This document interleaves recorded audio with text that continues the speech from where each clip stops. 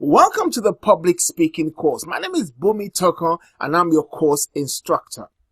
Now, you're going to love this course because this is a practical course where you get to be in the driving seat where you can practice what's being taught.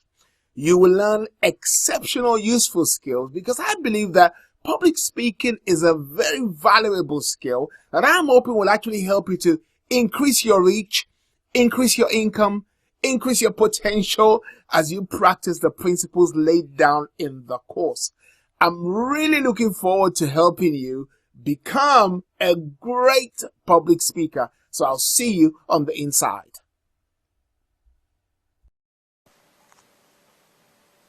Hi there, my name is Bumi Toko and I'm your course instructor. Before you dive into the course, could you please head over to the discussion section and put in your name, the country you're from, and what you hope to get out of this course. It will help us to get to know each other and for other students also to get to know you. So, before you dive into the course, like I said, discussion section, and then I'll see you on the inside. Let's have an introduction to the course. What's going to be in the course? How is it structured so that we can better prepare for what's ahead? Okay, I'll be teaching you how to reprogram your mind for public speaking success. I'll also show you the techniques that you can use to overcome stage fright and shyness and nervousness and all that kind of stuff that tends to put us off public speaking. You'll also learn what great speakers do so that you can just simply copy their habits and inculcate that into your routine so that you also become a great speaker. Then we'll learn how to captivate your audience, choosing the right topics for you that would enable you to become much more passionate and enthusiastic. And then you'll understand how to prepare for your speech.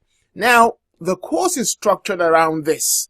Okay, what you have is the section introduction, followed by an exercise to do, then the lectures and concluding remarks. But I want to say something before we go on. Please make sure you practice what is taught because that is the key to your improvement and development.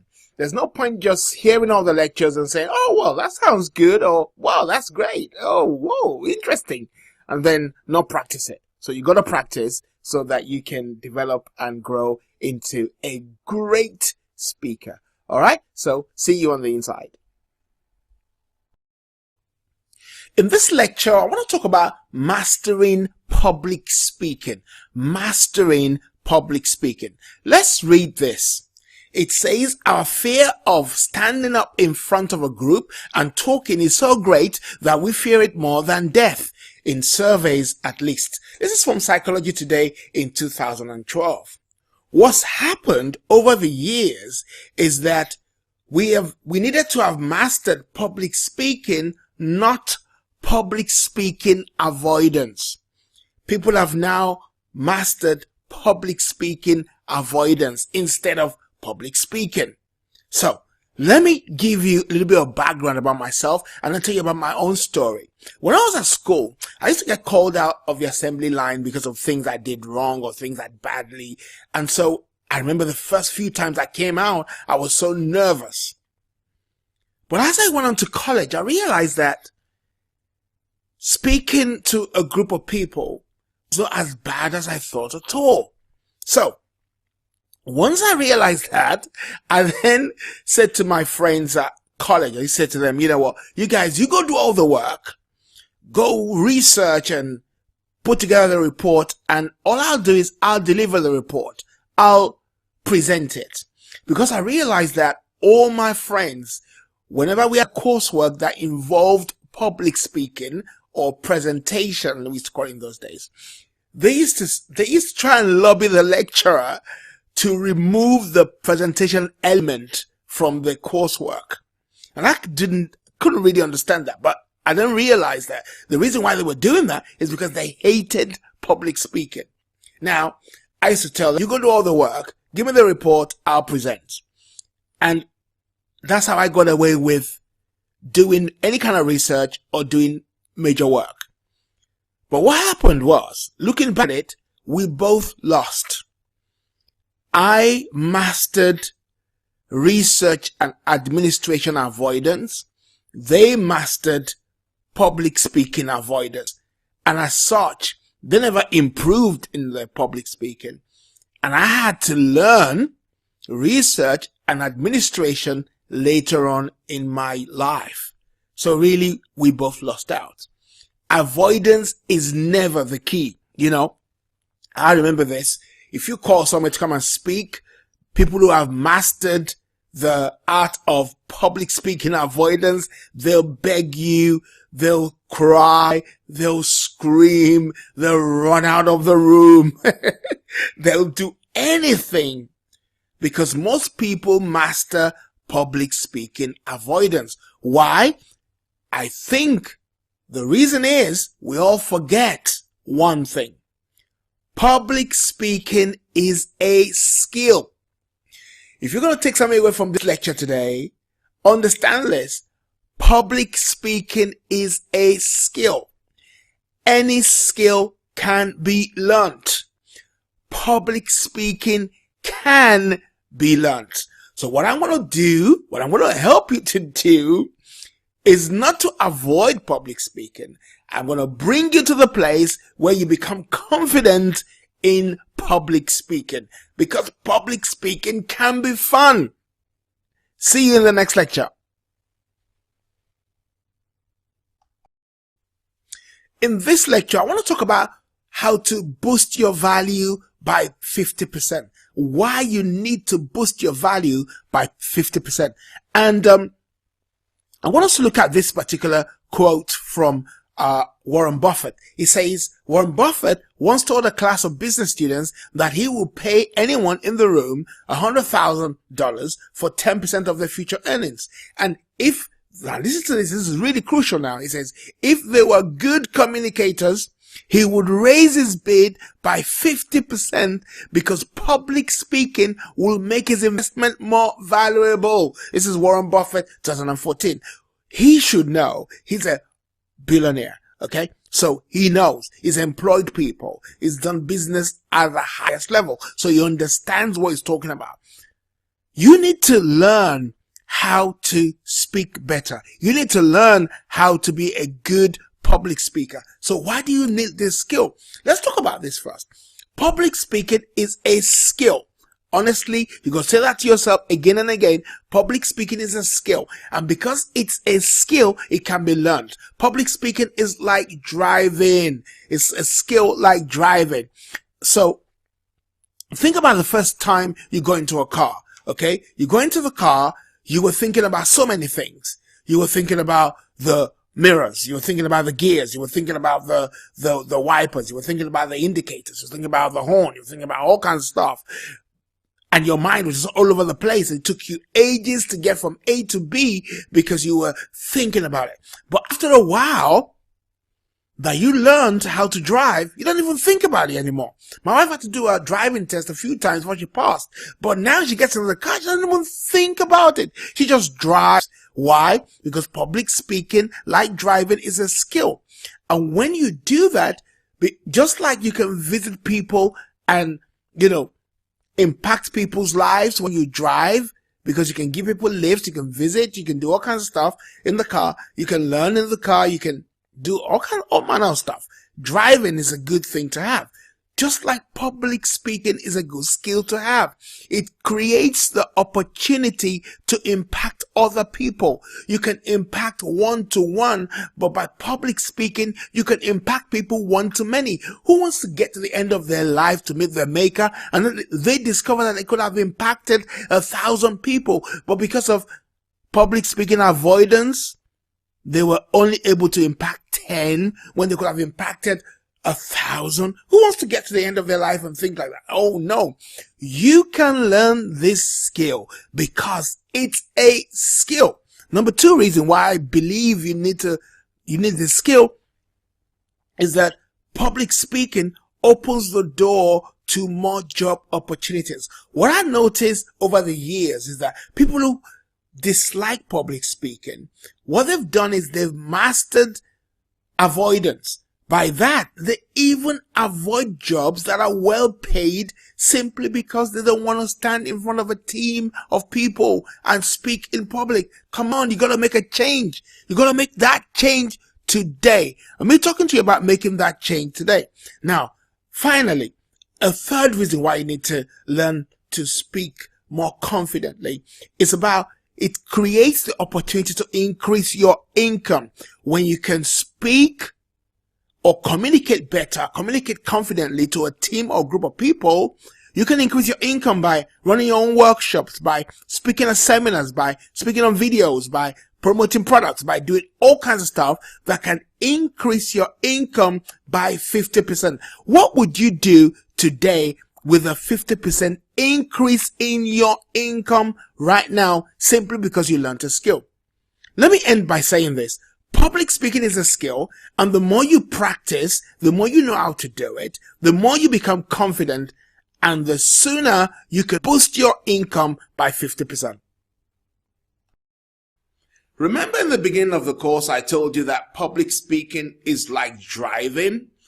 And I was speaking to a driving instructor who told me this. He said that driving is 20% skill and 80% confidence. Oh, that's amazing.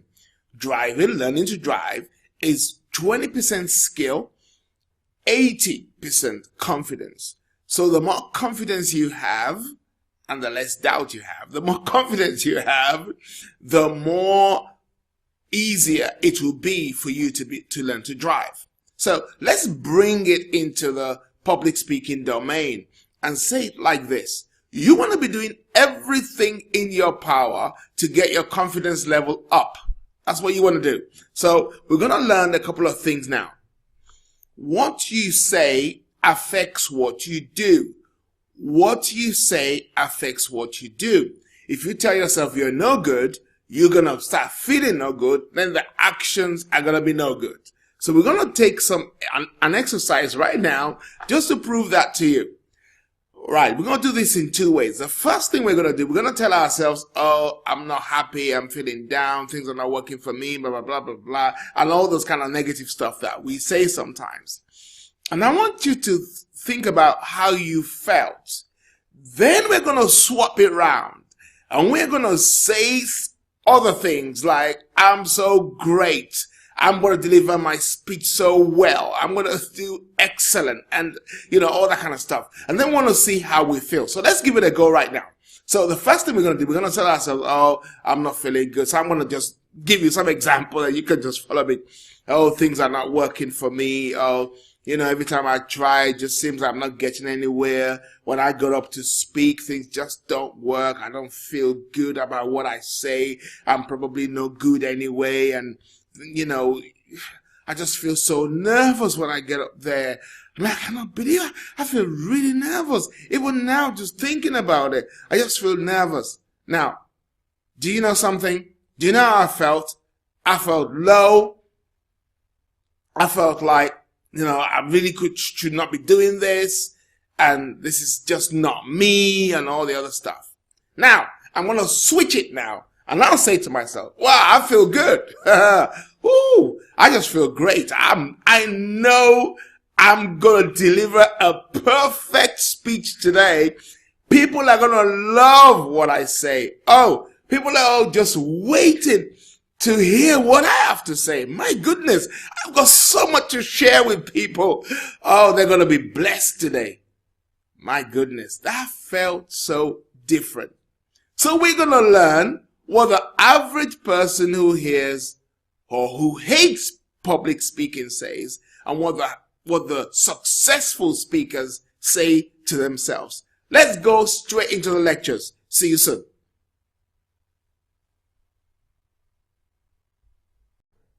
In this lecture, we're going to begin to look at the psychology of public speaking. And in this particular part, we want to focus on the internal dialogue that goes on in the mind of somebody who hates public speaking, or somebody on the average who doesn't like public speaking. What kind of dialogue goes on in their mind? let me say this. The reality of the matter is that you cannot really avoid public speaking, whether you go to a friend's party or you just want to do a toast or somewhere at work, you're going to give a speech. Really, the higher up you go, the more you will have to have some form of public speaking anyway. So let's deal with this kind of words or sentences you make to yourself if you're the kind of person that doesn't like public speaking, or somebody who thinks they're not good enough to do public speaking. This is what goes on in their mind. Let me tell you some of them. Number one is they think, oh, I need to get it over and done with. They want to simply just race through the speech they've prepared so that they can just get it over and done with. That's a common mistake, because in reality, what actually happens is that you're not delivering a great speech simply because you want to rush through it. And when you rush through your speech, you lose the audience. So what you and I want to do is to take our time to actually deliver the speech instead of trying to rush through it, because we've told ourselves, I want to get it over and done with. And remember that, people can come up to speak, and before maybe they have like 10 minutes to do a speech or something. And within 2 minutes, they're done because they just rush right through it. So we really don't want to do that. We want to take our time. Talk deliberately. Slow down. You might speed up sometime, but slow down more of the time so that you can deliver a speech at the moment or for the moment. Another kind of dialogue that goes on in the mind of somebody who hates public speaking is this: I know it, I'm going to make a mistake. I know it, I'm going to make a mistake. Well, you know what? Everybody makes mistakes. No matter how good you are, there are times when you make mistakes when you're giving a speech. Nobody will know it unless you allow the mistake to stop you. So this idea of having to cram a course, or having to memorize a course, or having to memorize your speech, by the way, is not the best way. What you need to do is know your material. When you know your material, it's easy for you to stray off your material. And to you, that might be a mistake, but to your audience, they don't even know you're making a mistake.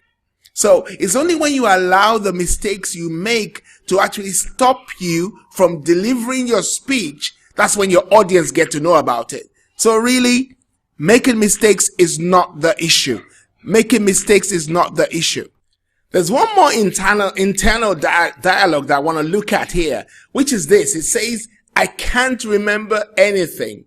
Many times when people start giving a speech, they tend to think to themselves, oh my goodness, I'm not going to remember anything. Which is like they feel that once they go up there, they visualize themselves going on stage and just drawing a blank. It really doesn't happen like that. And if it does happen like that, it's because you allowed the fear to paralyze you. It doesn't need to be that way. Honestly, it doesn't need to be that way. One of the ways to get around this is to just carry a cue card that has just a 5x3 card that has the key points you're going to talk about. Just put that on the podium or something and just do your talk. Make sure you know your talk before you start giving one. All right. That's the way to get over that. So there's nothing like you won't remember anything. You will remember if you don't let the fear paralyze you. So those three kind of internal dialogue can actually stop you from giving great speeches. I'll see you in the next lecture. Welcome back. We're going to carry on with the psychology of public speaking, and we're still going to look at some more internal dialogue that goes on in the mind of the average person that hates public speaking. So what kind of dialogue goes on in their mind? Well, here's another one that says, people will know that I'm not funny anyway. You know what? Okay, it's true that it's good to inject humor into your speech to inject some jokes into your speech. It makes people feel more relaxed, and it makes your audience kind of be able to connect more with you because you make them laugh, and so they're relaxed enough to kind of think about what you're saying, and they enjoy it, they're entertained and all that. Okay, that's true. However, it is better to deliver good content than be making jokes.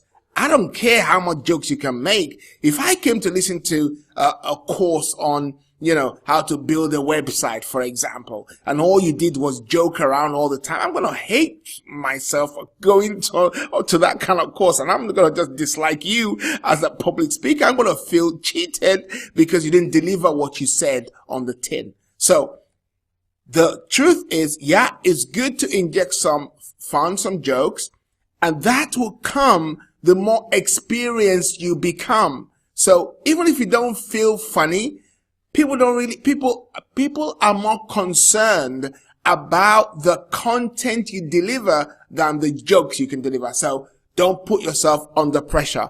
So stop saying to yourself, I'm not funny anyway. All right. Some people will say, I lack confidence. The truth of the matter is this. Most people, when they go up to speak, always feel some butterflies in their stomach. No matter how good, this is my opinion, I actually think no matter how good you are, the moment you're called to come up and give a speech, I think for nearly everyone, you still feel a little bit of butterfly in your stomach. You still feel a little bit nervous. But what the professional public speakers have come to learn is that they can control that butterfly, and they don't let themselves think because they get a little bit nervous. Therefore, they lack confidence. No, that's not true. And you don't lack confidence simply because you feel a little bit nervous either. Come on, it's natural. It's normal to feel a little bit nervous. But stop telling yourself that you lack confidence, because that's not true. Because if you lack confidence, you won't be taking any action. But because you're going to take an action, that means that you're trying to work against and overcome your mindset that says you have, that says you lack confidence. So the way to deal with this is that feel the fear and do it anyway. As Susan Jeffers says, feel the fear and do it. Even if you feel you lack confidence, just go up and still speak. Okay. That's the way you gain confidence, and you overcome the fear that you may feel of not having any confidence. Sitting in your chair and staying there and avoiding public speaking is never gonna help you to get the confidence that you need, even if you feel you have no confidence anyway. So the best thing to do is just go up there and give your speech, knowing that the nerves are actually good. A little bit of being nervous is good for you because it keeps you on your toes, it keeps you on edge, and it gives you the edge.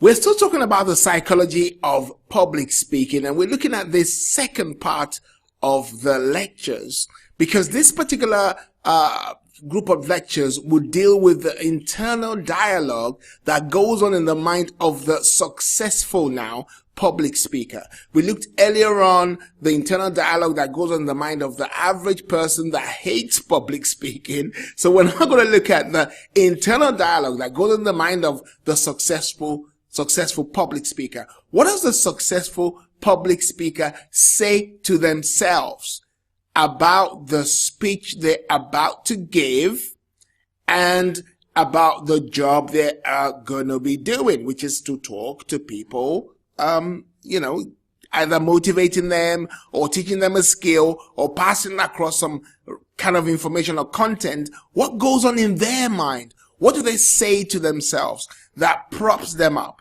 that makes them deliver great speeches most of the time? I didn't say perfect, I said great, because as far as I'm concerned, there's no perfect speeches. They are great speeches. They're awesome speeches. They're wonderful speeches. Okay. So what kind of dialogue goes on in that person's mind? Well, the first thing that I think goes on in their mind is they tell themselves that, oh my goodness, I can deliver. I can do it. There's a saying that if you say you can, you are correct. If you say you cannot, you're correct too. So what do you say to yourself? They say, I can deliver. I know I can deliver. You know why they can say that? Because that person focuses on their particular abilities that's going to help them to deliver a great speech. That's all they do. Okay? They're going to be looking at the good part of what they are able to do, as opposed to the negative part, as opposed to the things they don't know. They're going to be focusing on what they know, and that's going to help them to tell themselves continually that I know I can deliver a great speech today. Here's the next point. Somebody who is a successful public speaker, they say to themselves, I have prepared well. And knowing that they prepared well, they remind themselves that they've prepared well. You never go up to give a speech that you have been warned about or you are aware of without preparing well. Okay, and just think, I'm just going to go there and blag it. You cannot just go there and blag it. You got to prepare well. So somebody who's prepared well, remind themselves that they've prepared well, and they will have, like I said earlier on, they'll have their notes to help them remember some things. They'll be conversant with the subject. So I'm going to talk to you a little bit more late. I'm going to talk to you later about that, about choosing how to choose the best subjects to speak about. Okay. And they'll be conversant with what they've learned. So they'll start feeling that sense of confidence and remind themselves that they have prepared well. All right. The third thing that goes on in the mind of the successful public speaker is this. I'm focused on helping the audience. I'm focused on helping the audience. You know what? If you're focused on helping people, suddenly the limelight shifts from you to them. And now you're not thinking about yourself. You are less self-conscious when you're thinking about how you're going to help someone else. All right. So the successful speaker is thinking about how they can best help the audience as opposed to how they're feeling and what they're going through and the things they've not learned and all the other stuff that maybe the average public speaker that hates public speaking will say to themselves. So they're very much aware, very much acquainted with the audience as well. Okay, because if you're going to go give a speech to an audience, it's better for you to be acquainted with the audience you're going to speak to so that you can really resonate with them. All right. So the successful public speaker is really engrossed, is the right word to use, with helping other people. And as such, they take the focus away from themselves and they can say, you know what? I'm so focused on helping people. I just want to help people today. All I want to do is when I get up there to speak, I want to make sure that people are going to be blessed. They're going to learn. They're going to be able to do well in their business or in their careers or whatever you're speaking about. And so I'm focused on that. As you do that, come on, guess what happens? You're not thinking about yourself. You're thinking about helping other people. And when you do that, you have a better chance of delivering great speeches.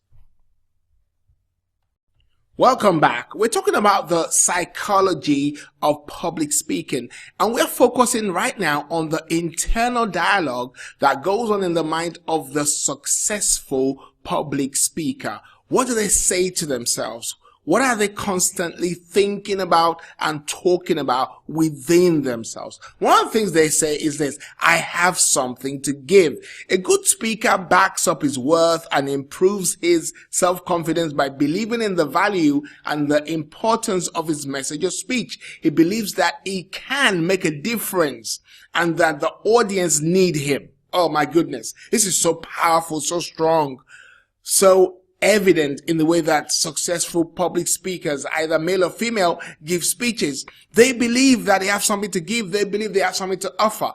On the contrary, somebody who hates public speaking says to themselves, I have nothing to give. I have nothing to offer. Who's going to listen to me? And all that kind of negative stuff. But the successful public speaker reminds themselves that they have something to give. In fact, they actually make the audience vote along with them to say, yeah, it's true, you do have something to give. So really, when we're thinking about giving a speech, You're going to say to yourself, I've got something to offer. Think about this. Who will call you to give a speech if they do not think you have something to say? So even if you're not going to vote in your own confidence, vote in the confidence of the person who called you to give a speech. They must know that you are capable. That's why you are called. So let's remember that as we give our speeches. Right. Again, the person feels, he or she feels, I will be well received. You know what? This goes hand in hand with self-confidence. A successful speaker believes in himself and that he will be well received by his audience. This belief is manifested in holding eye contact with the listeners, having good points, and managing to stick to them throughout the speech. The person exerts confidence, speaks clearly and coherently. He or she is practically a magnet because they believe they're going to be well received. Do you know that the average person that hates public speaking thinks that the audience hate them? They really think that the audience are their enemies. That's not true. The audience loves you. The audience wants you to do well.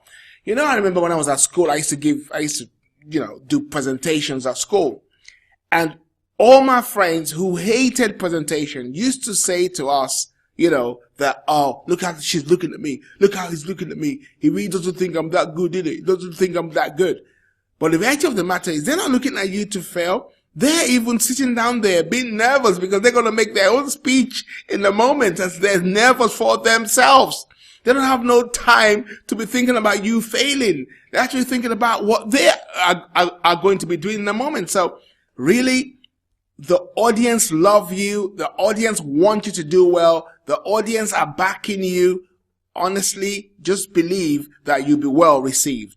All right. Finally, on this point, what goes on in the mind of the successful public speaker? They really feel they're going to be honest. They're going to do well. They're not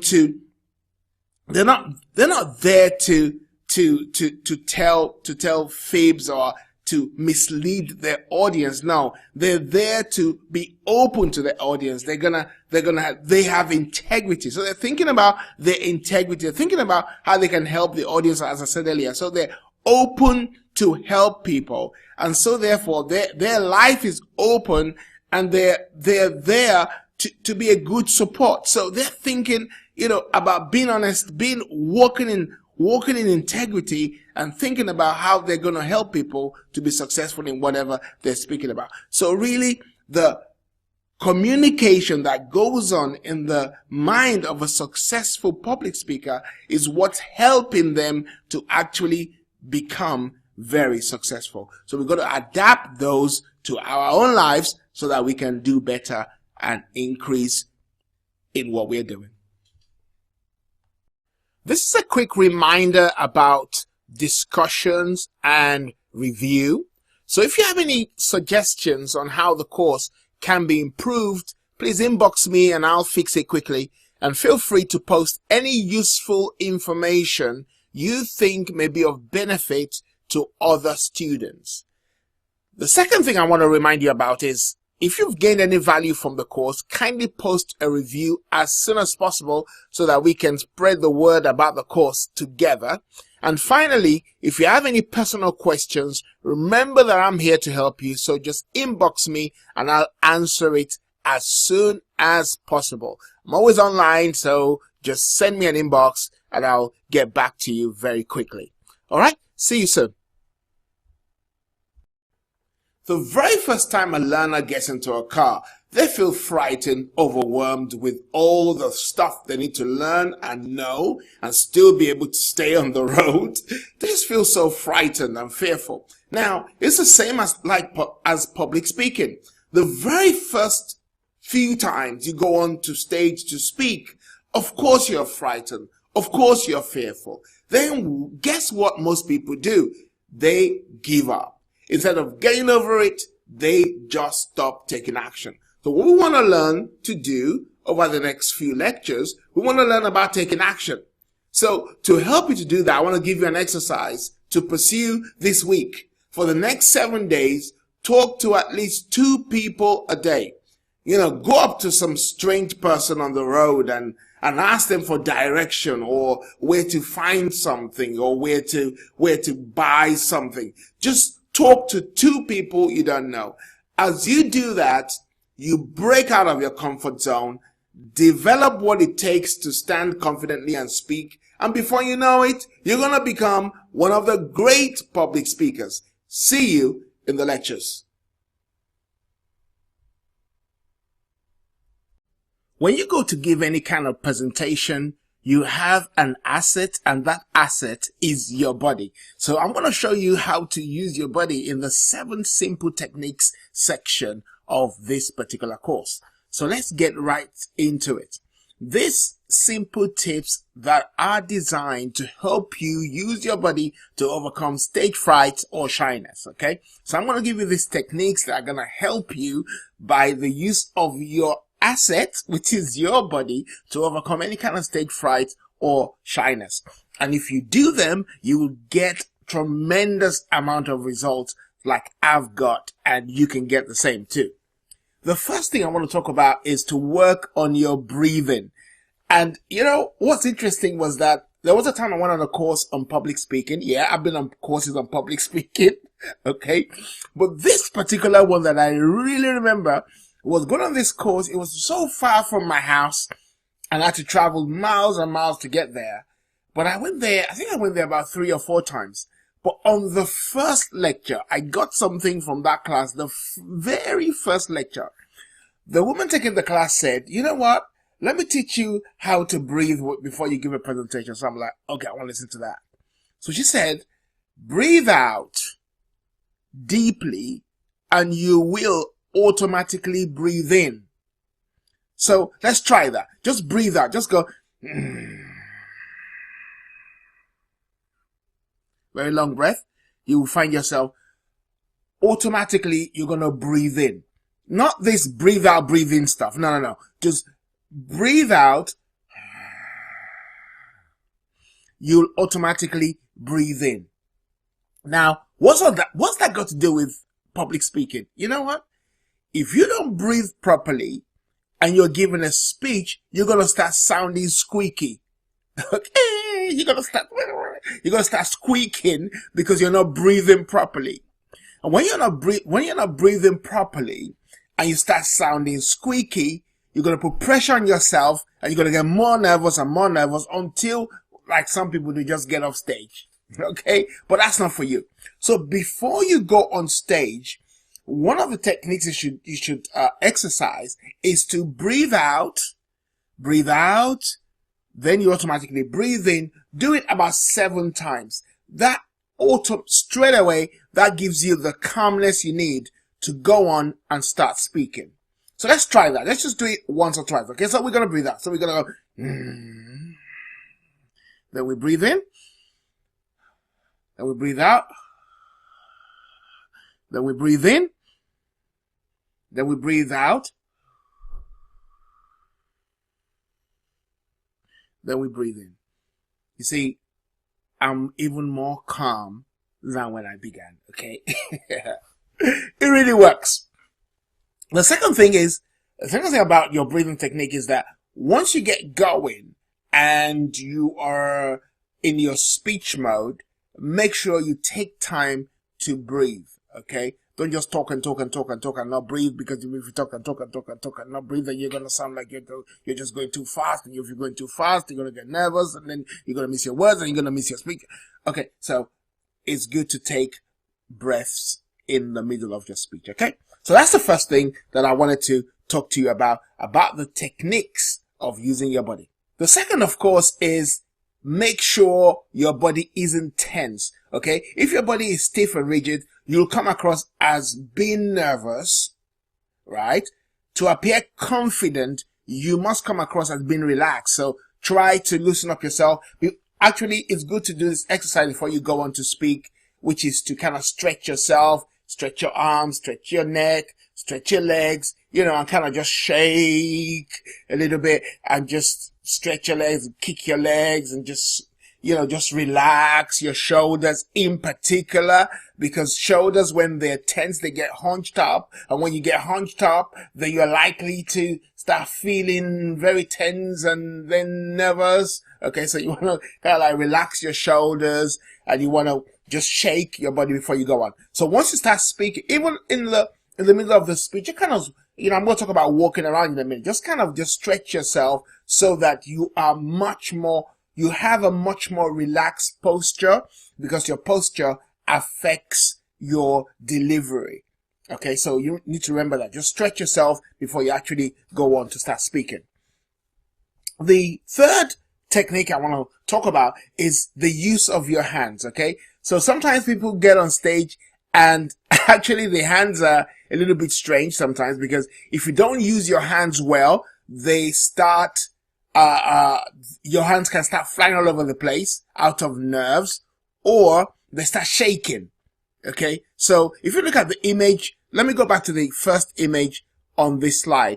You will see that this particular lady, what she's doing is she's holding the mic with two hands. Okay, you can do that. It's allowable. You can hold the mic with two hands. She's holding the mic firmly with her left hand, and loosely the fingers is hanging on the mic with the, she's holding the mic firmly with her right hand, and then the left fingers are loosely around the microphone. So that way, you don't see her hand shaking, even if she were to be shaking. I don't think she was shaking, but if she were to be shaking, you wouldn't see that actually happening.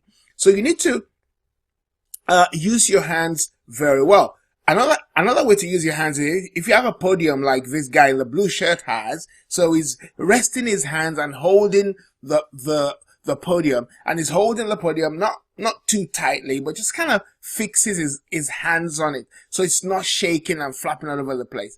Because hand gestures can be very effective, okay, if you use them very well, but they've got to be used in a natural way. So so one of the things I'll suggest to you for you to do is to film yourself giving a speech and then see how you use your hands. Okay, stretching your hands a little bit in front of you and kind of like vibrating them or using them as an expression when you're talking is a good way to do it.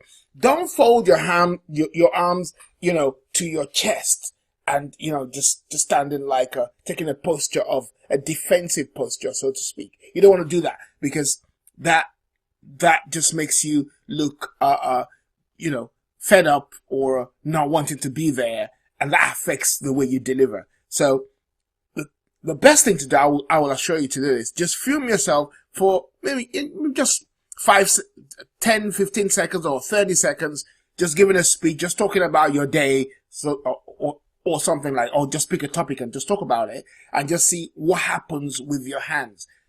Avoid putting your hands in your pockets as well when you're giving a speech, unless you're one of those confident people, and the way you give your speech is that you have one hand in your pocket and you walk up and down the stage, and that's acceptable. If it looks good, then it's right.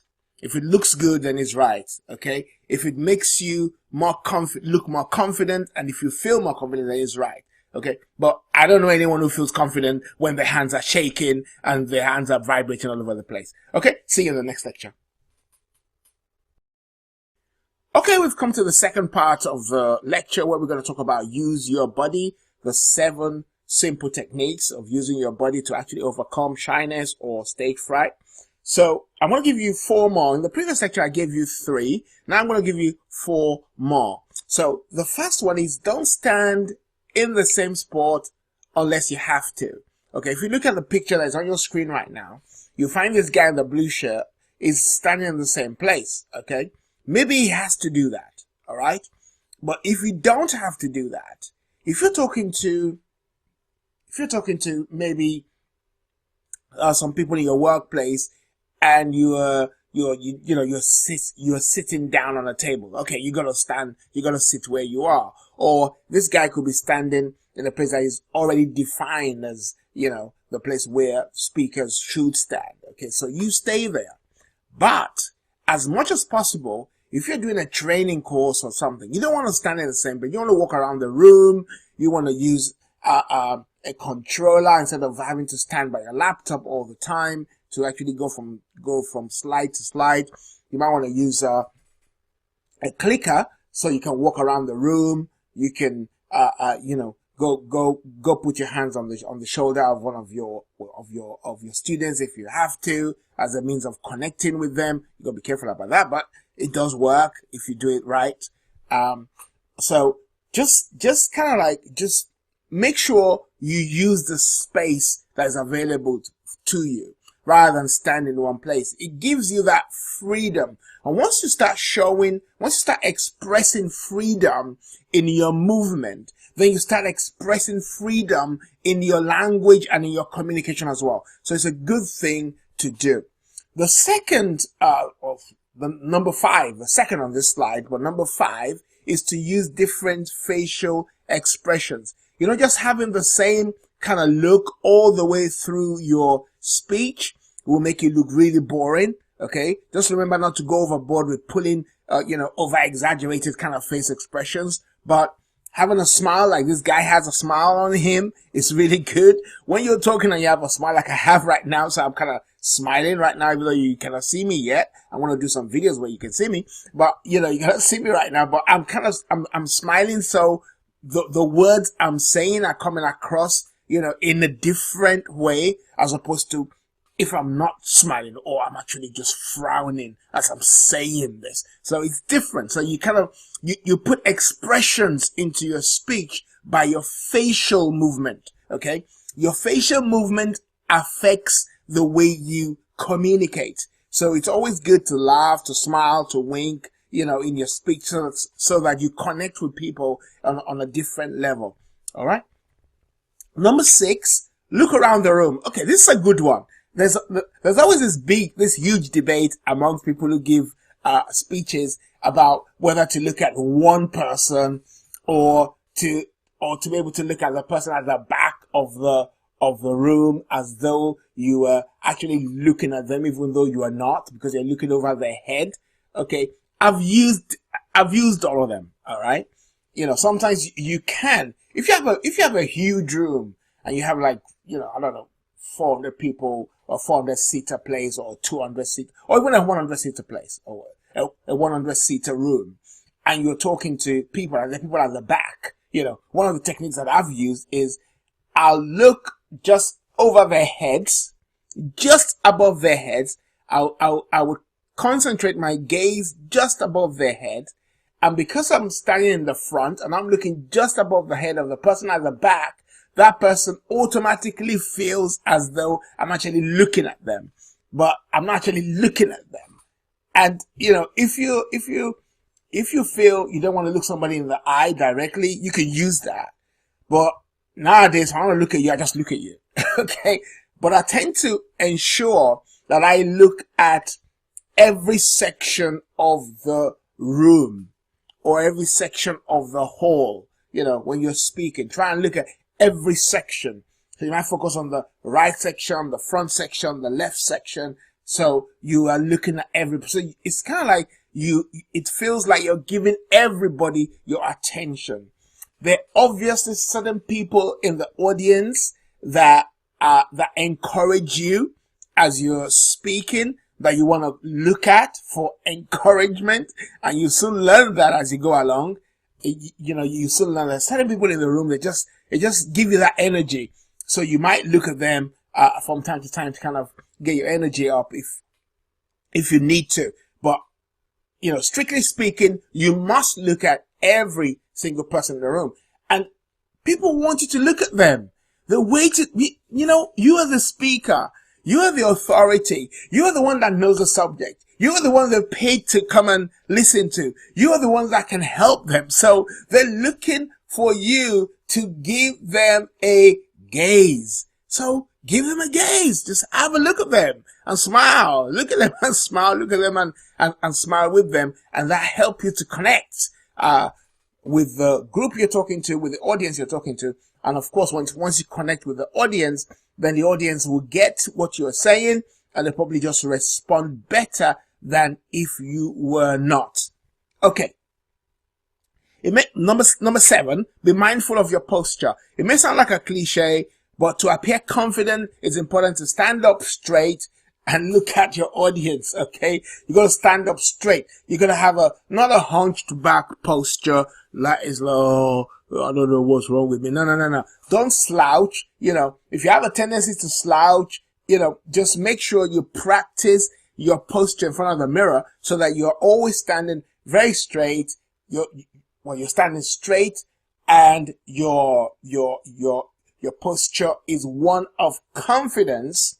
All right. You might want to look at yourself in the mirror when you are just give a speech in front of the mirror and see what you do with your posture. And you can kind of adjust yourself, as it were, or film it. Get somebody to film you. That's the kind of things I used to do. I still do. I still ask people to critique my speeches and to just give me some tips, because that's just the way you learn. You look at yourself in the mirror, record yourself, and with being mindful of your posture, you really got to record yourself to see how your posture affects the way that you speak. Okay? It might take a bit of practice if you're the one that is used to slouching and hunching your back. So you might have to practice a little bit more, but you will discover that as you use your posture properly, it will automatically affect your delivery. See you in the next lecture.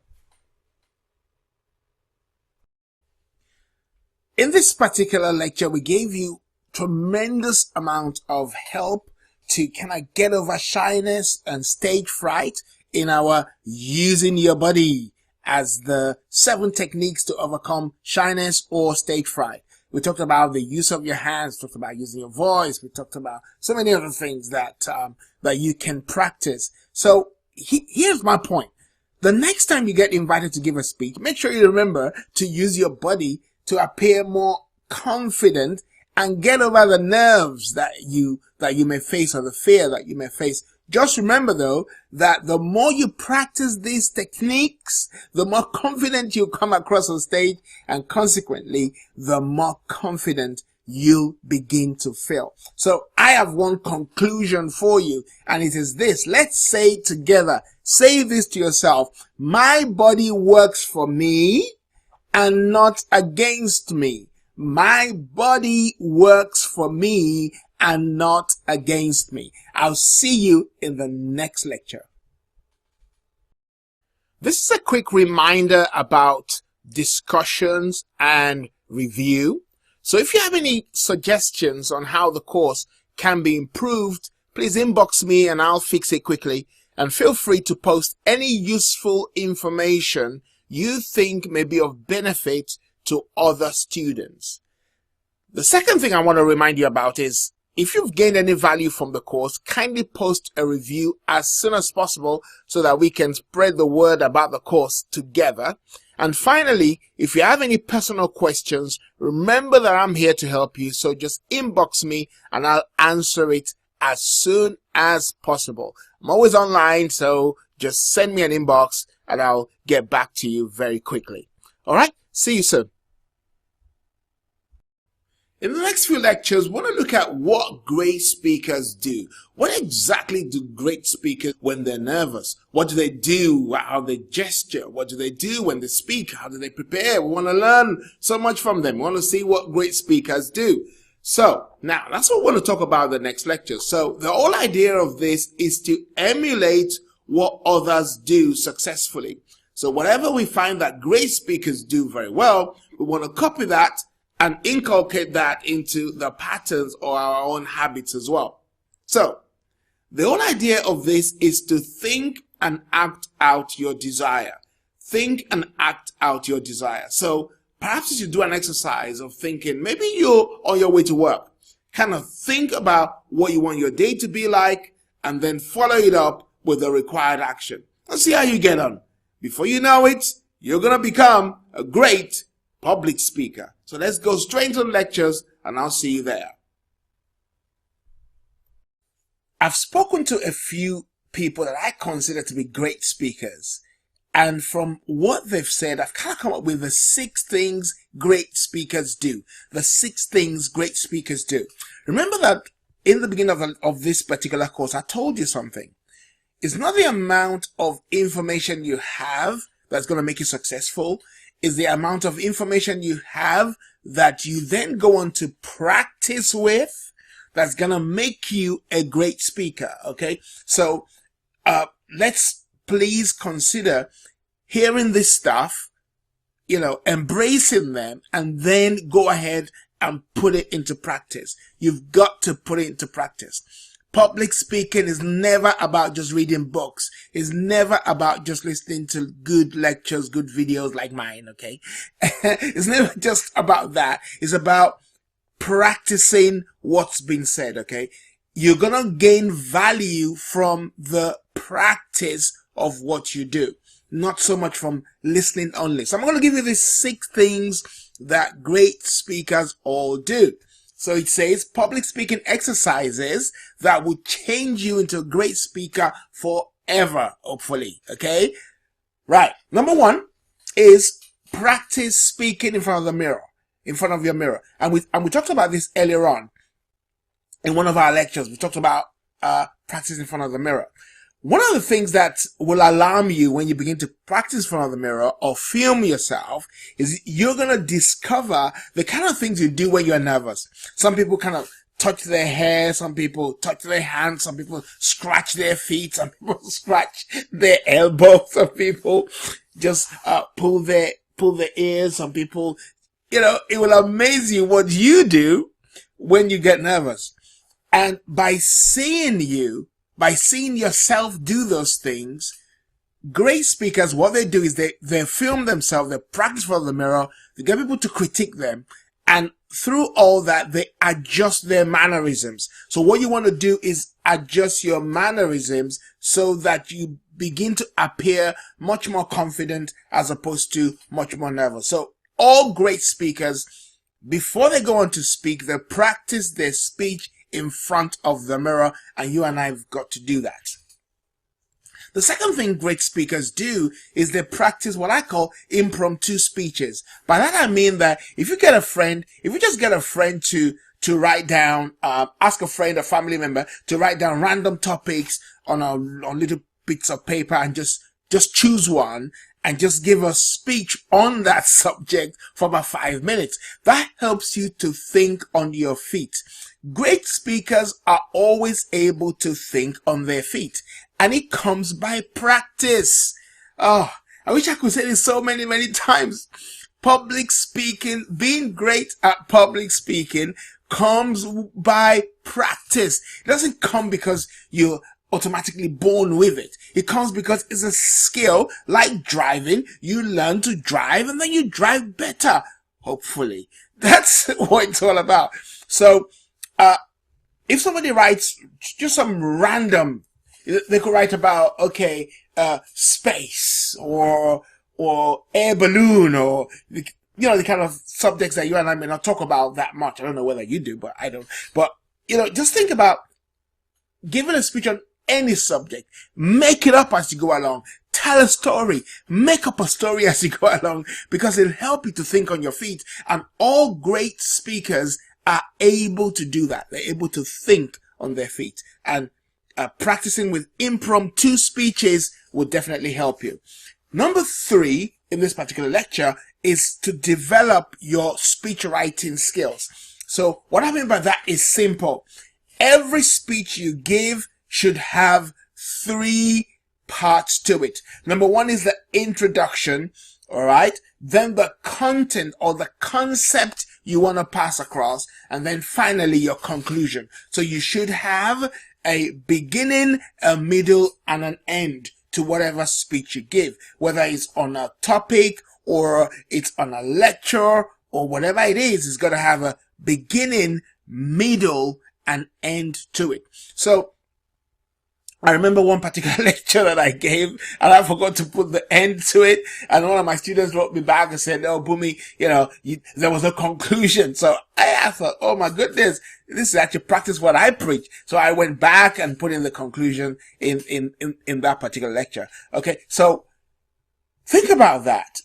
Let's all work on having beginnings as an introduction, the middle, the concept, pack it up with all the information you want to give, and then conclude. So all speeches, all great speakers, you would notice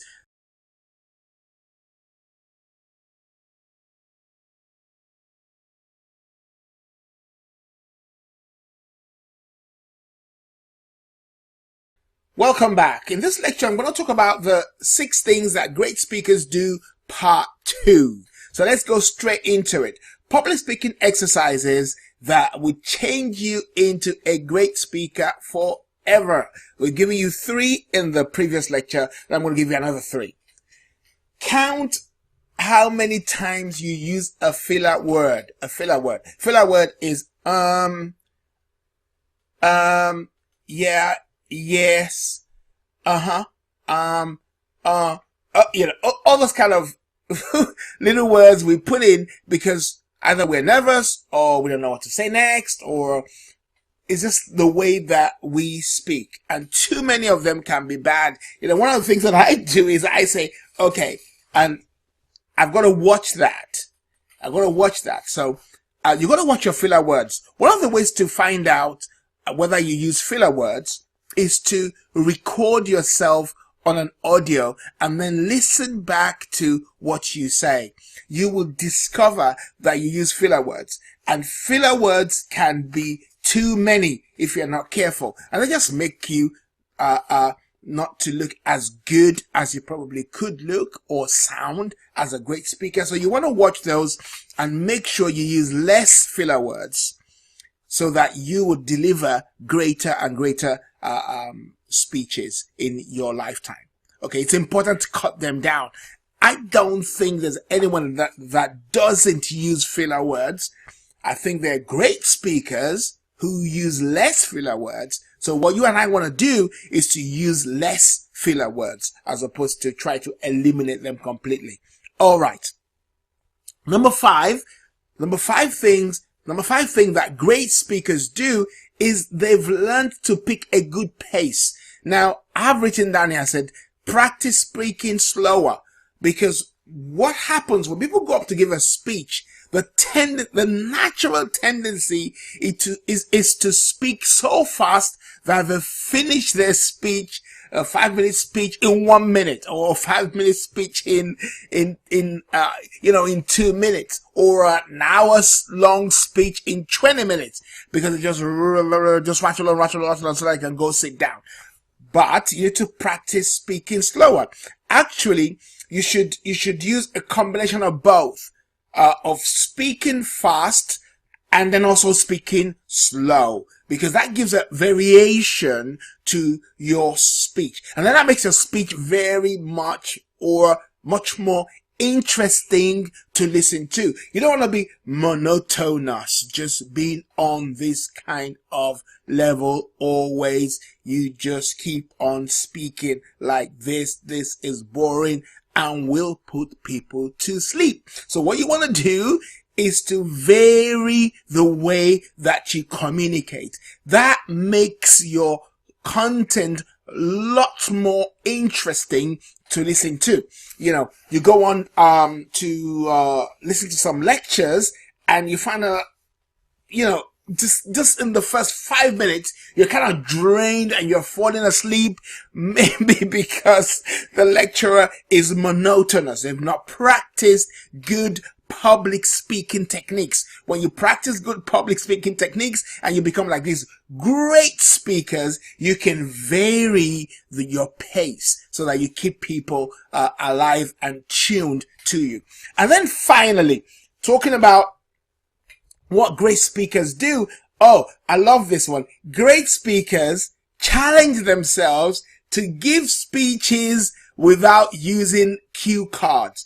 Great speakers challenge themselves to give speeches without using any kind of cards to enable them to remember things. So they just challenge themselves. So if you and I begin to do that more and more, we'll find out that we move from the realm of just being an okay speaker to becoming a great speaker. And that's what we all want to do. We want to get to the place where we're sounding so great, like the Les Browns, like the Brian Tracys of this world, who are great speakers, like Zig Ziglar and, all those kind of guys who are really great. We want to be like that. That's what we're going to. So You can get there, I can get there, we can all get there together as long as we keep on practicing. So I'll see you in the next lecture.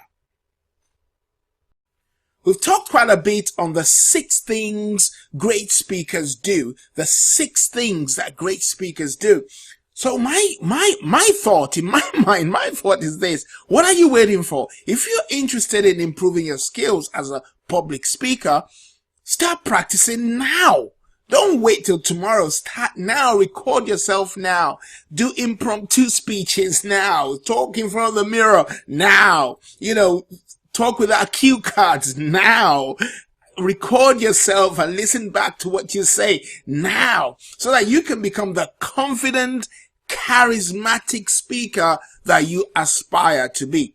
Now, I want to give you a concluding remark, and it is this: rather than spend your time worrying, spend your time practicing. That's the action point for this particular lecture. Spend your time practicing. Stop worrying. And as you spend your time practicing, you get better and better and better. I'll see you in the next lectures. If you've ever taken a driving test, you must know this.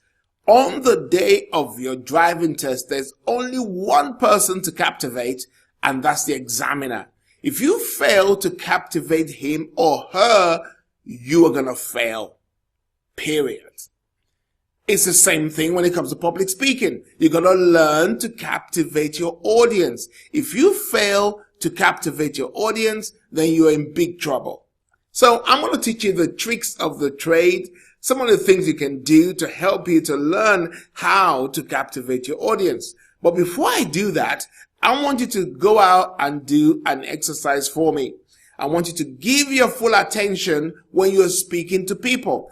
Find 3 people over the next 3 days and give your full attention to them when they're speaking to you, and then respond.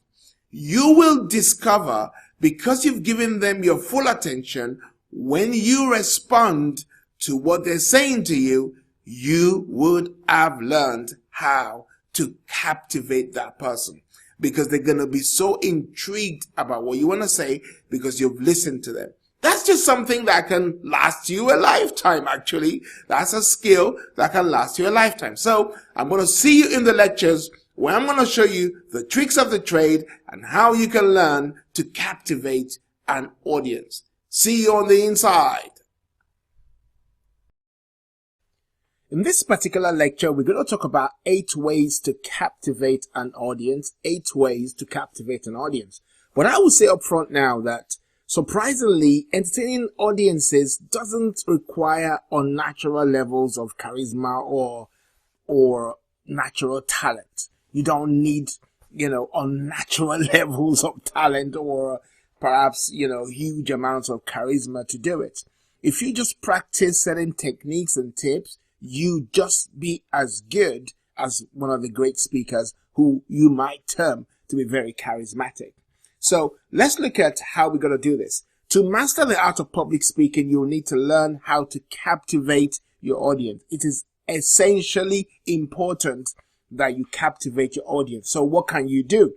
Number one thing to do is to connect with your audience. Now, what amateur speakers tend to do, or the biggest mistake they make, is to focus and stare at their notes and focus on the wall, or not look at the audience and stuff like that. But you really don't want to do that. You want to practice the art of being able to look at people at all directions. And of course, when we talk about connecting with the audience, you've got to know your audience before you actually start delivering a speech. Because if you're delivering a speech to, let's say, fishermen, you're going to at least go find out something about fishing that you can use as an icebreaker, or at least say as part of the speech, that's going to help them to know that you've actually done some research and you're connecting with them. So it's hugely important that you connect with your audience by focusing your attention on them through looking at them, through eye contact, and also through some of the communication material you use. It needs to ensure that you're connecting with the audience that you're speaking to. The second area is about using humor. Now, I don't want to take this too far to the left or to the right either, but using humor can be a very good way to connect with your audience, because if you're able to make your audience laugh within the first few minutes of your speech, then you'll have no trouble just keeping their attention. In fact, why do you think comedians are so successful? Because the good ones, they're successful because people want to laugh, and when they laugh, they relax. Just make sure that you don't make no inappropriate jokes, because jokes that hinges on race or gender or religion or ethnicity and that kind of stuff, if you don't do it well, it can alienate people. But you gotta find a way to inject a little bit of humor just naturally. But if you're not good at being funny, don't try and be funny if you're not. But I think all of us are funny if we just put our mind to it. And the more relaxed you become, the easier it is gonna be for you to come up with a joke that works for your audience. Okay, number 3 way, how do you captivate an audience, is to deliver a coherent speech. Now, I talked about this earlier on, the beginning, the middle, and the end. I want to give you a little bit more detail about that. The beginning is the hook that draws people into the whole speech, and one of the techniques to use is to ask a question. I generally love to ask a question. So how many of us believe that if you try certain things, you're going to be successful? Or how many of us know, a name? How many of us know Steve Jobs? How many of us actually own an Apple product here? Can you wave your hand? And so, people, it does 2 things. It connects with the audience because you've asked a question, and also it interrupts them so that they can pay attention to you. So you using a coherent speech and using a question in the beginning of your coherent speech is a very good way to demand attention from your audience. So that's a very good way. Asking a question is a good way. Telling the story is a good way. I generally just use the question. I love the question one because it's worked for me so many times. So the middle of your speech, like I said earlier in one of the other lectures, is where you put your content. And this section is where you present most of your information on the subject, give direction, and use good examples. Then the end, I want to add a little bit more detail to the end of that, like I said earlier. The end, this is the most important part for most people. This is the memorable part. Your conclusions, the end is the most memorable part. Actually, most speakers will use this part of their speech maybe to sell a product or to sell their services. So you got to spend some time thinking about what you want to say at the end of your speech to challenge people into action. So I've given you a little bit more detail about the beginning, the middle, and the end of your speech. Such a coherent speech will captivate your audience.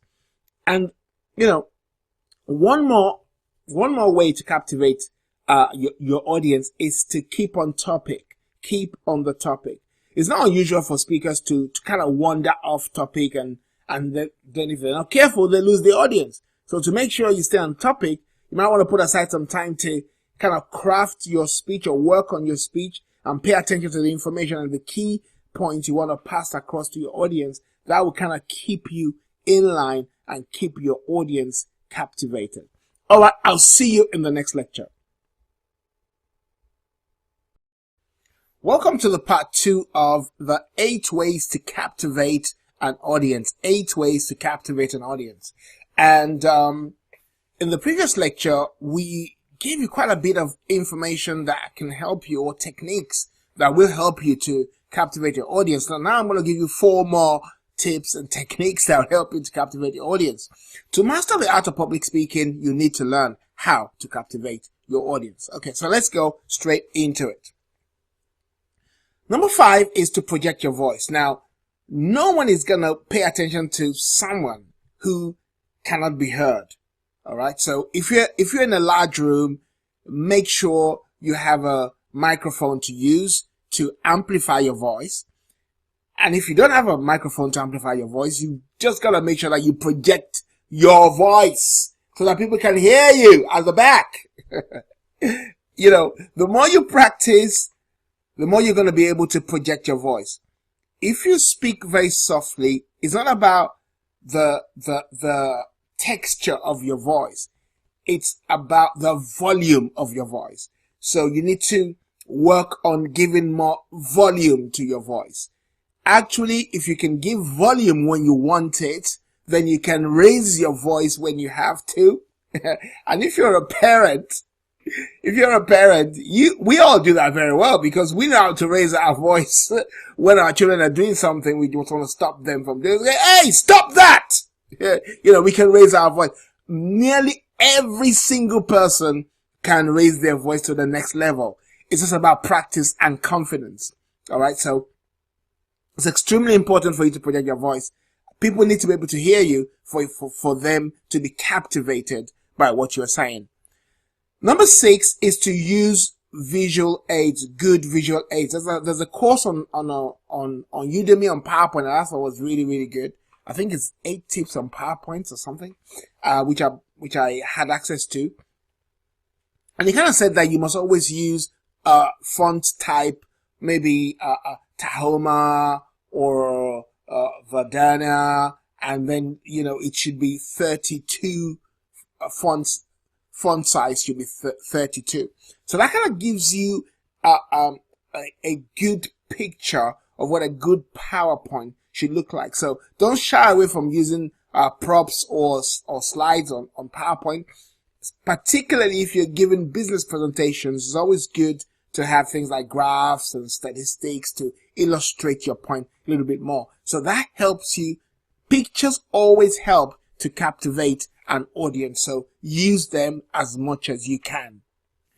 Number 7 is dress for success. It's a commonly known fact that most people make the initial judgment based on your appearance. So if you want to come across as a professional speaker, it's important to dress smartly. If you're not giving a business presentation, you might still consider dressing in such a way that presents you in a good light to people. So you gotta wear tidy, iron clothes. We're gonna say this: wear tidy, iron clothes. When you become like a really well-known speaker or film actor or that kind of stuff, maybe you can dress how you like. Maybe you can dress with tattoos on your face. I don't know, but if you're trying to get your way up there, and you gotta portray the right image, and people judge you by what they see. Remember that if you don't take yourself seriously, why should you expect your audience to take you seriously? I think that says it all, really. Finally, don't forget to enjoy yourself, or do enjoy yourself. This point is really important. Do enjoy yourself. The best kind of public speakers, they ooze confidence, and they always seem to be enjoying themselves on stage. So if you learn to stop fearing public speaking and you start enjoying it, you'll be able to deliver better speeches to your audience, and they themselves will begin to enjoy along with you. So enjoy yourself. See you in the next lecture. Here's my conclusion. If you keep these simple tips in mind, the next time you give a public speech, you see how easy it is for you to captivate your audience. And just remember that the more times you implement these tips, the more natural a public speaker you'll become. So it's all in the practice. Here's the action point for you. Make sure you inculcate these into your practice sessions. So when you're having your practice sessions, make sure that all the 8 tips we talked about, you do them, you practice them, you put them into your practice sessions, and do at least 4 of the above the next time you have the opportunity to present. Make sure you do them. The more you do it, the more natural it becomes. It becomes more of like a part of you. And once it becomes natural to you, then you deliver better speeches and your audience enjoy you more, and you will captivate them a lot more than before.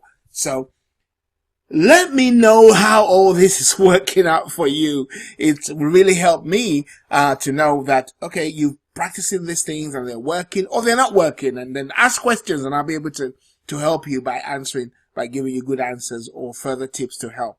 Okay, look forward to seeing you in the next lectures. If anyone had a choice, they would choose the easy route to take on the day of their driving test.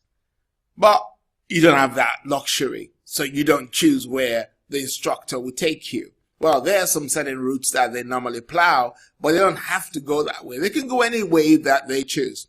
Hey, the good news is when it comes to public speaking, many times you're able to choose the topics or the niches you want to speak for. So let's consider this. When you're choosing hot topics, which is what the lectures are going to be about, you need to be able to choose. I'm going to give you a technique that will help you to choose the right types of topics to speak about. Obviously, if you're going to talk about a topic, it's going to be something you're passionate about, something you're enthusiastic about. But how do you know what to choose? The technique is to use what I've called the past, present, and future approach to do two things. One is to use it to teach, to choose a topic, use it to choose a topic. And the second thing is to use this technique to deliver on your subjects. So let me tell you what I'm talking about. If you want to choose a topic, a hot topic to talk about, think about what happened in your past, think about what's happening now, or what you desire in the future. So to choose a good topic, think about what happened in the past, what's happening now, and what you want to do in the future. Now, to deliver a good topic or to deliver that topic, work on it in past, present, and future too. So let's say you want to talk about parenting, for example. You might start by saying, in the past, this is what parenting was like. Today, this is what parenting is like. And in the future, parenting will become internet-based. I'm just joking. I don't know about that. But you're looking at past, present, future. So this one good technique will help you to choose a topic from your past, present, or future, and also enable you to deliver it using past as the beginning, present as the body of the message, and future as the concluding remarks on the topic. I really hope you get all that. Let me say it for you one more time. This one technique, you can use it to choose topics as well as deliver information on that topic. So to choose a topic, you might want to go back to your past to choose a topic, what's happening now, present, or future, what you want to achieve in future. As long as the topic is enthusiastic to you and you're passionate about it, you will choose the right one. Also, you can use this technique to deliver a topic. Past, present, and future. Past meaning what's happened in the past as a beginning or the introduction to the speech. Present will be the body of the speech, and the future will be the concluding remarks of the speech. All right. I'll see you in the lectures. In this lecture, we're going to talk about choosing engaging and relevant topics so that you can deliver a passionate speech. It's very important that you deliver a passionate speech when you're talking to an audience, either concerning work or a job situation, an interview, or maybe you're talking to a group of friends, or you're at a wedding, or you're at a party. Whatever it is, when you're going to give your speech, it's going to be loaded with passion. Passion gets people engaged, okay? So now, here's the point. When we talk about passion, people generally think, oh no, I don't know how to give a passionate speech. I'm not able to give a passionate speech. But that's not true. But what it is that you've got to choose the right engaging and relevant topics so that you can deliver a passionate speech. And as much as you can, try to choose a topic that you are passionate about. And the first thing that people might say is, I'm not, I cannot deliver a passionate speech. So let me tell you a story. In one of my workshops, I told this group of people that they're going to deliver a passionate speech for 2 minutes. And they all told me, they all said in different ways, oh, I cannot deliver a passionate speech. They all said that. So I said, okay, do you all have children? They all have children. So I said, okay, I'm going to give you a scenario. And I want you to respond to this scenario. I gave them this scenario. Now listen to this scenario. A school bus driver was found to be above the alcohol limit when he crashed into a tree with a busload of children. Many left the scene with minor scratches, but one of them ended up in intensive care, but fully recovered after 2 months. Now, the school where your own child attends is thinking of hiring that same driver. You are to respond as a parent, full stop. My goodness, the entire class that had previously told me they could not give a passionate speech forgot themselves and gave the speech of their life. I'm telling you, those speeches that were given that day were loaded with passion, love, and commitment. My point is this. You can give a passionate speech. You just need the right topic. That's all it is. That's all it is. You can give a passionate speech. You just need the right topic. So we're talking about what are the engaging and relevant topics that you could choose from. The first one I want to talk about is you can choose from talking about your favorite hobby. Most people participate in a few hobbies in their spare time. So if you're looking for a topic for an upcoming speech, or perhaps you should consider giving a topic about your favorite hobby, you'll have so much to say. It'll be loaded with fun. It'll be loaded with compassion. It'll be loaded with interesting topics, simply because you find it extremely relevant to you. And because you find it relevant to you, other people will be able to engage with it because you're going to deliver it with passion. Number two, another area to look at is perhaps family history. So if you're going to talk about your granddad or your grandma, maybe you talk about how they met, when they met, what they were doing at the time, what the earth was like at that time, or what the city was like at that time. If your granddad or your grandma were dancers or bankers or whatever profession they did, were farmers or whatever, then you can show photographs of those events or those relevant occasions. And you'll find yourself delivering a passionate, engaging speech because you have chosen to use your family history. Another area to talk about, we're going to come back and I'm going to give you 2 more or 3 more areas that you can choose from in the second part of choosing, engaging, and relevant topics. I'll see you in the next lecture. Welcome to part 2 of choosing, engaging, and relevant topics. And we're talking about being able to deliver a speech passionately. Okay, being able to deliver a speech passionately. So we said the way to do that is you've got to choose engaging and relevant topics. First, not only to you, but also to the audience. But first, it's going to be to you. So you've got to choose a topic that you're passionate about. So I'm going to give you 3 more areas of topics that you could choose from. One of them is talking about your favorite book or band or movie. You know, when you're talking about your favorite book, band, or movie, it's a great idea because it will not require you to do loads of hours of research. Why? Because you already have the information, so much so it seems as though you are an expert on that topic. And a great stand you could take on it is to try to convince your audience that this favorite book of yours is worth reading, or this favorite movie of yours is worth watching. So if you're going to give a speech, try and choose something you already know very well that you're passionate about, like a book, like a band, or a movie. The number 4 area that you can choose relevant topics from is on current events. Maybe there's a huge disaster somewhere and you're a supporter of the Red Cross, or maybe you support a charity and one of your favorite charities is going to be involved in helping people. You can choose to talk about that. And as you do that, you're going to discover that passion automatically oozes out of you simply because it's a genuine area of interest. So let's not forget that area.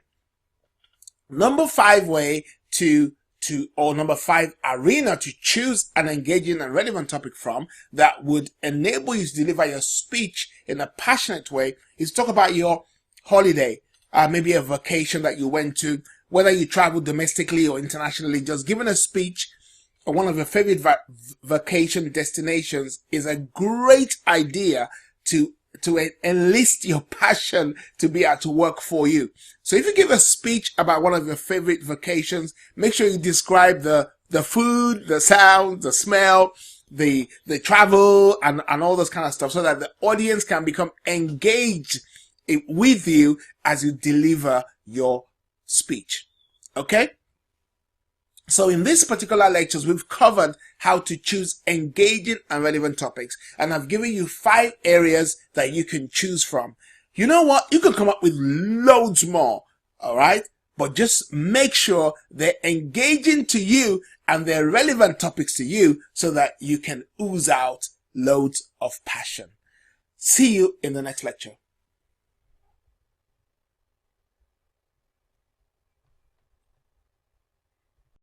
This is a quick reminder about discussions and review.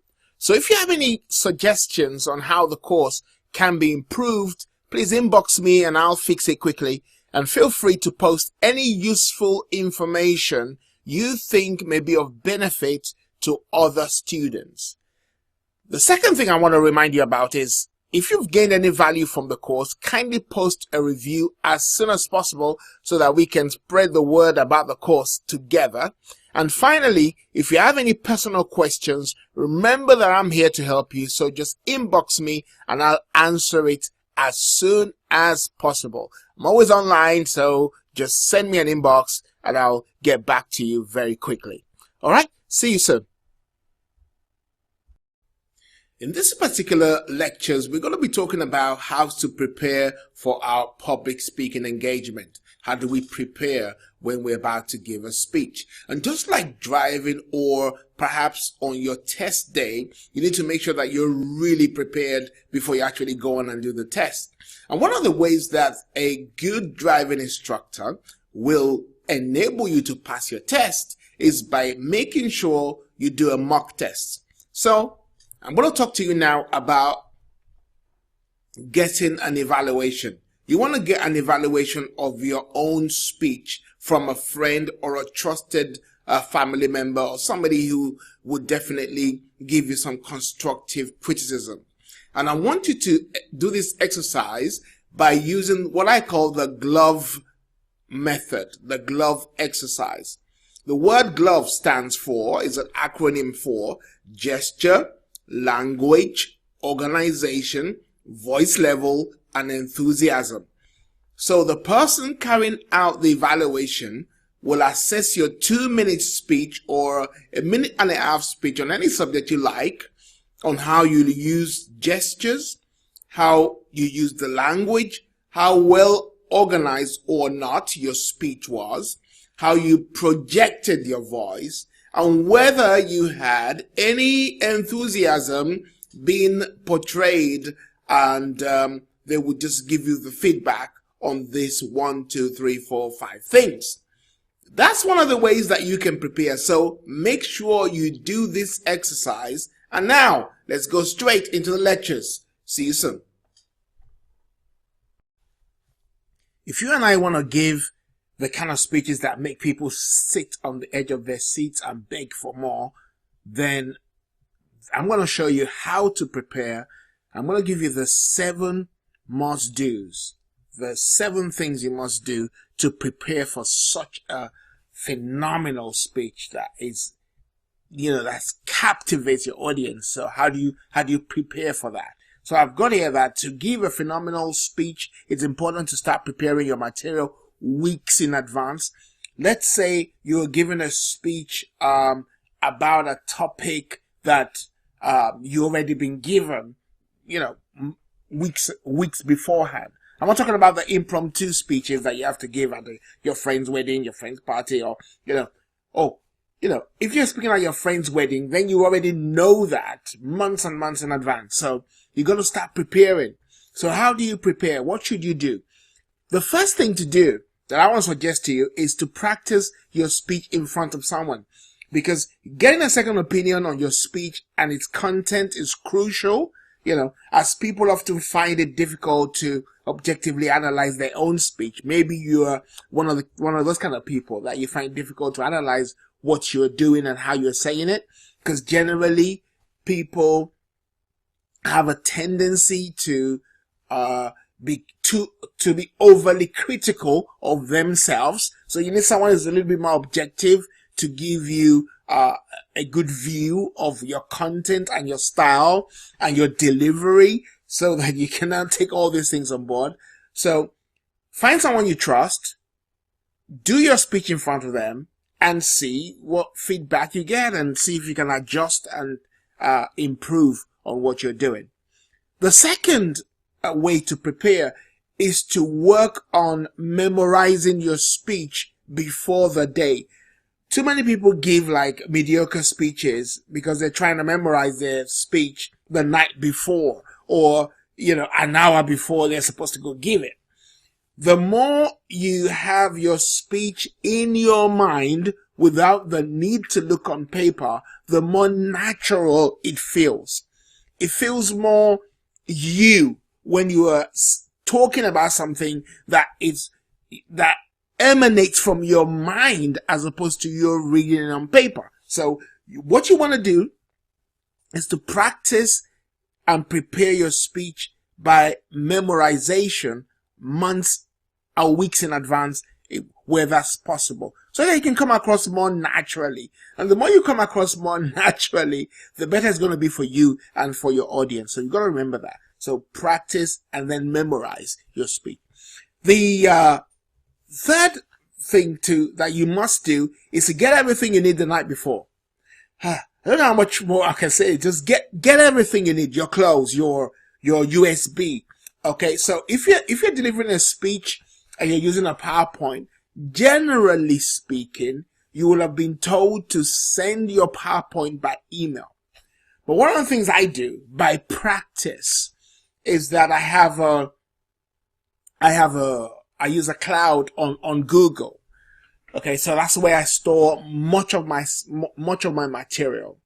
I also send it to 2 different emails, not only my Google email, but also another email like a Hotmail or one of my hosting sites emails. So I send it to there so that I make sure I can access those materials wherever I am. The other thing I'll do is to save it on my laptop, which I'm going to take with me, or I'll also print out what I'm going to talk about, my PowerPoints. I'll print out those slides. So I kind of make sure that I've got all bases covered. And I can only do that because I'm thinking well ahead. I'll give you one more tip that is really good. If you can have access to the venue where you're going to deliver a speech, if you can, if it's possible that you can access that venue, go to that venue the day before or week before and deliver your speech from the stage which you're going to speak from.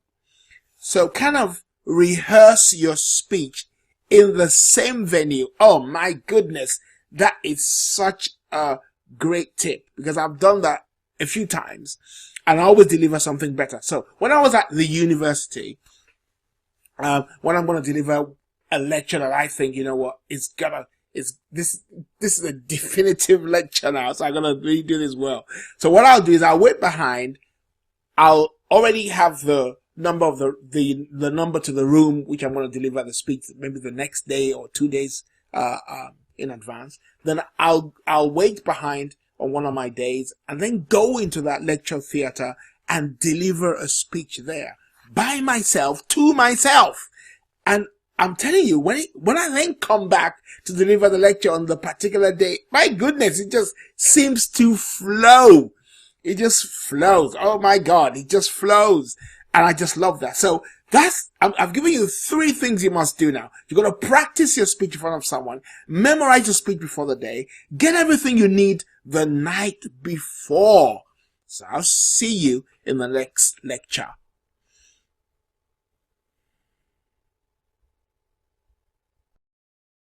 Welcome back to how to prepare the 7 must-dos, 7 things you must do. I've given you 3 initially in part 1. I'm going to give you the other 4 now in this particular lecture. To give a phenomenal speech, it's important to start preparing your material weeks in advance, okay? So number 4 is be prepared for questions. If your audience are going to be given the opportunity to ask questions, then you need to be prepared to answer questions. So whilst you're in your preparation mode, start thinking about the kind of questions that people might ask. If you're an expert on your topic anyway, you kind of know the kind of questions that people ask you. So be prepared to answer those questions. Do not think that you may only be given the time to speak and then go sit down. Always prepare to answer questions is a good way to get yourself prepared. Okay, number 5, prepare a solid argument or point of view.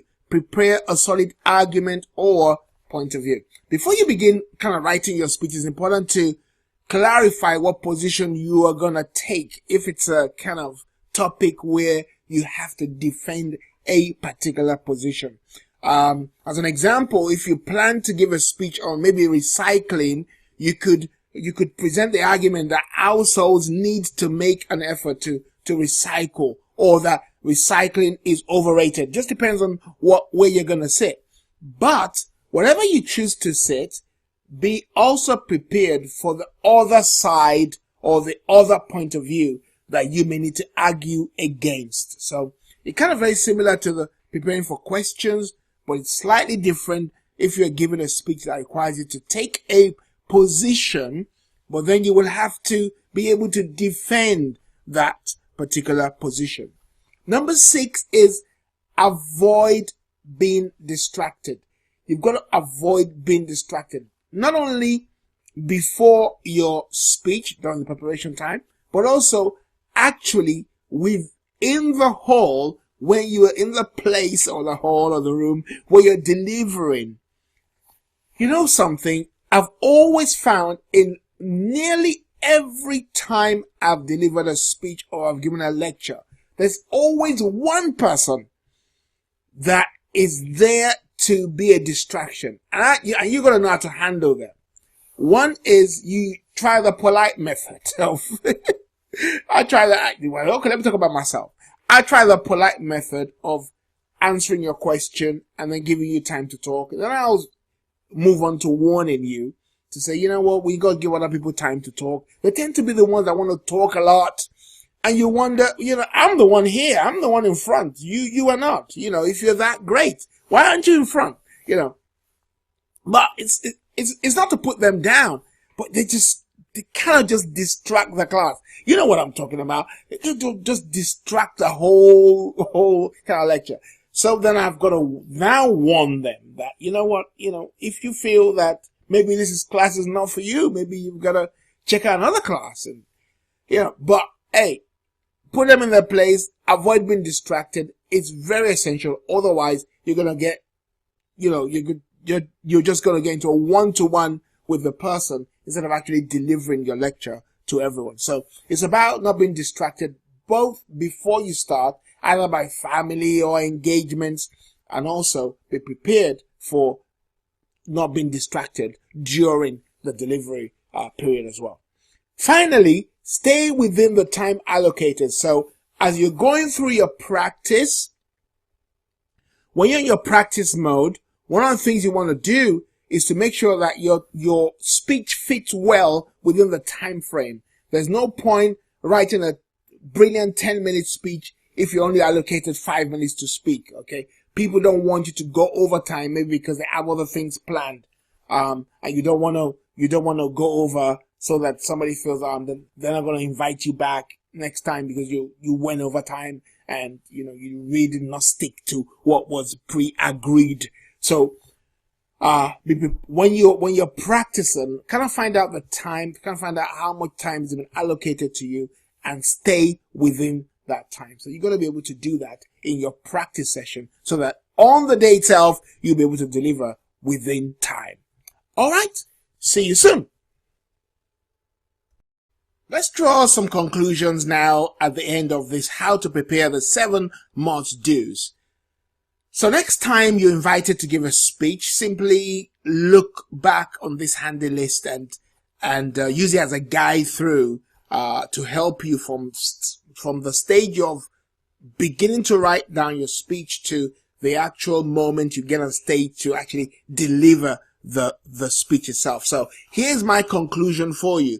Be willing to practice the above diligently. Just be willing to practice those 7 things. You're going to be able to prepare yourself, stay within time, not be distracted, present a good argument, prepare to answer questions. Make sure you get everything together the night before and practice your speech in front of someone. Let's remember to be willing to practice those and go practice it. And when you practice, let me know how you get on. Let me know whether it really works, because it's really worked for me and I'm sure it'll work for you too. See you in the next lectures. We've come to the end of the course. Well done. You know, about a few months after writing the first draft of this course, I did a workshop just to try out the principles that I've just laid down for you in this particular course. So I had about 6 or 7 people that came on the course. I wanted a small group that I wanted to try it out. The course was based on teaching them some of these principles and then getting us to do a lot of practice, loads of exercises. Do you know what happened? After the course, those who came in feeling that, oh, I don't want to talk, I don't want to really do public speaking, but I just know I have to, so that's why I'm here, kind of attitude, they all left feeling confident. As a matter of fact, 2 of them that I know of, one has now been on television, the second one is now the announcer in her church. You know what? I just know these principles work. I've used them, and I know that if you use them also, they're going to work for you. So what can I say? The biggest secret of this whole course, the biggest secret is the secret of practicing. When you practice, you're going to get great results. I've got here that as you practice, you get better and better. And the next time you give a speech, not only will your hearers be happy, you also will experience immense joy and satisfaction for overcoming one of the biggest fears known to man, the fear of public speaking. You got to do what Susan Jeffers says. Feel the fear and do it anyway. And as you continue to do that, you're going to find yourself improving, and sooner or later, you're going to find yourself ranked with the great, awesome speakers that you have come to admire. All right. I want to hear from you. So inbox me to my Udemy e-box or email me to bumi@startyourownbusinessacademy.com, and I look forward to hearing how you're progressing with all these tips that you've heard from me on this public speaking course. Look forward to hearing from you soon. God bless.